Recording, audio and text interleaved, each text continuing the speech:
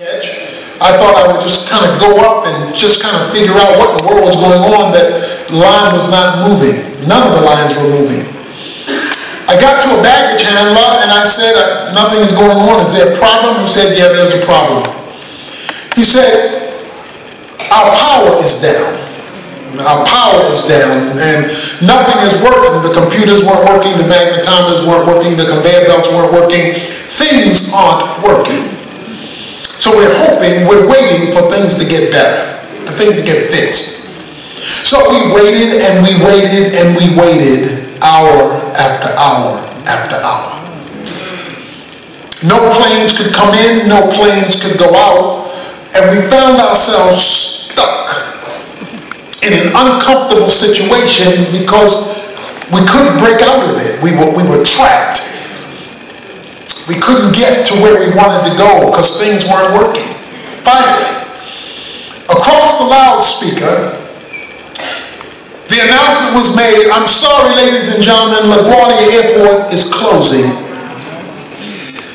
And we found ourselves caught, if you will remember, in the blackout of 2003, when the East Coast went dark because of a power grid failure in Canada that worked its way down the East Coast.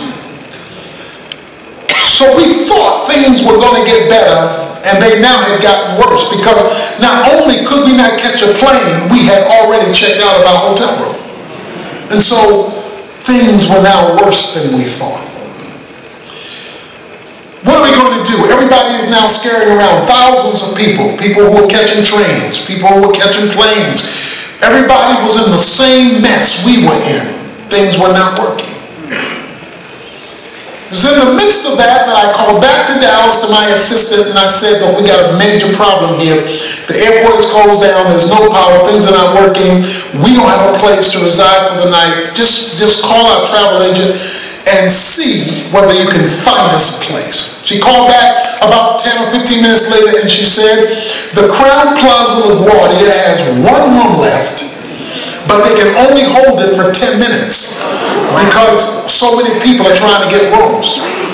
We hailed down a taxi. It's now beginning to get dark, and we jump in the cab and we make our way down to the Crown Plaza LaGuardia, which was located near the airport. We now walk into a candlelit hotel because there's no power, so there are no lights. We had to register by hand because the computers were not working because there was no power. We had to go by flashlight up to our room because there was no power. So we walked into a room with a flashlight and all we could do was hope that tomorrow would be a better day. All we could do is wish that somehow things would get right tomorrow. And we just suck it up tonight and wish for a better day. That's when, because it was the middle of August, it was hot outside, the air conditioning was not working because there was no power, that my wife opened the window and opened the curtains to try to open the window to see if we could get some night air in.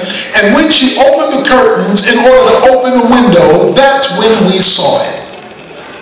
You see, immediately across the street from the Crown Plaza LaGuardia was a Marriott hotel completely lit up.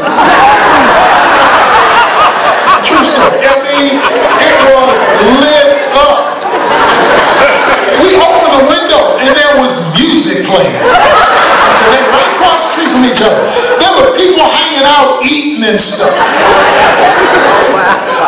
Inquiring minds want to know. I'm trying to figure out how there can be this much light in the middle of this much darkness. I'm trying to figure out everything around me is dark. And I'm trying to figure out how there can be that much light in the middle of this much darkness. I am.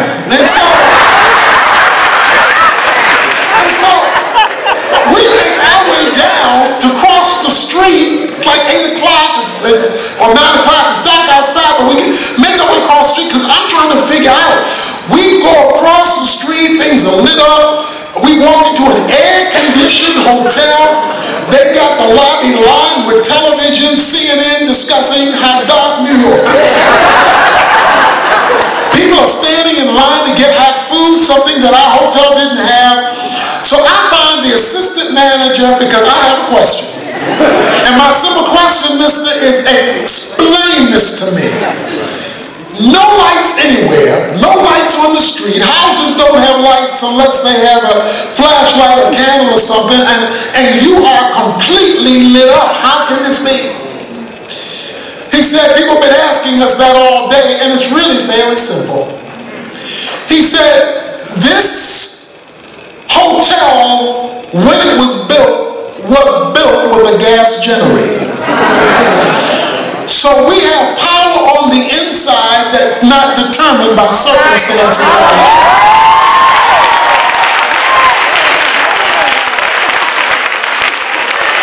Even though the circumstances don't look in our favor, we got something working on our behalf that overrides what everybody else is experiencing in a dark situation. I'm sure you would agree with me, our world is in a dark situation. Whether you're living in Iraq or Syria or Dallas or the south side of Chicago, there is enough darkness to go around. But as I came and walked into this building for these ceremonies, I thought of that story and I said, this looks like a well-lit place. In what the news has called a very dark situation. That's why I love a verse I want to share with you. You know it well. Jeremiah 29:11. It says, I have a plan for you, saith the Lord, a plan for your well-being and not your calamity, to give you a future and to give you a hope. Let me repeat that again. He says, I have a plan for you, saith the Lord. He says, it's a good plan. It doesn't involve evil. It involves that which is good, to give you a future and to give you a hope. Now, the reason I love Jeremiah 29:11 is because it's a well-lit verse in a very dark chapter. You see, Jeremiah 29 is the dark chapter. The people are in a pagan environment. Evil is, there's drug abuse over here and alcohol abuse over there and teenage pregnancy over here and dropouts over there and crime over here, and every page you turn you see another dark chapter. But I came here tonight to give you some good news. Yes, sir. Yes, sir. Because in a dark chapter, located in a dark book, I still got a lit verse. I have a plan for you, saith the Lord, a plan for your well-being and not your calamity, to give you a future and to give you a hope. What is hope? Hope is joyful expectation about tomorrow. Hope means where you're going is better than where you are and where you've been. Hope means your tomorrow will be better than your yesterday, your future better than your past. There's so many people who live their lives with graffiti written over their souls. They're looking for a light at the end of the tunnel, but when they get there, they find out it's the light of an oncoming train. And the hope begins to fade. But I've come to this well-lit building on this well-lit occasion of honor to tell you, if you're still here, it ain't over. To tell you, if you're still here, God has not quit on you. And his plan is still operating if you're in cooperation with it. Now, he told his people, look, I have this plan for you. But at the heart of this plan will involve you rebuilding the family. Because he says in Jeremiah 21, the town, in the same way that this masterpiece of a demonstrate what can be done in a community. You have not seen anything yet, if Christ be not come, of the changes that he can make in this part of Chicagoland as you follow him, as you fight for your families. To the men who are gathered here, you have a responsibility as a man to take your stand and to say like Joshua 24:15, as for me and my house, we will serve the Lord. That I'm not going to be a punk, a chump, or an abuser. I'm not going to raise my hand to my mate in an illegitimate way or to my children in an illegitimate way, because I have a responsibility as a guider and a protector and a provider. And I don't walk away just because the going gets tough. In the same way a football player doesn't walk away just because he gets hit, tackled, or blocked. His job is to get back up for another play.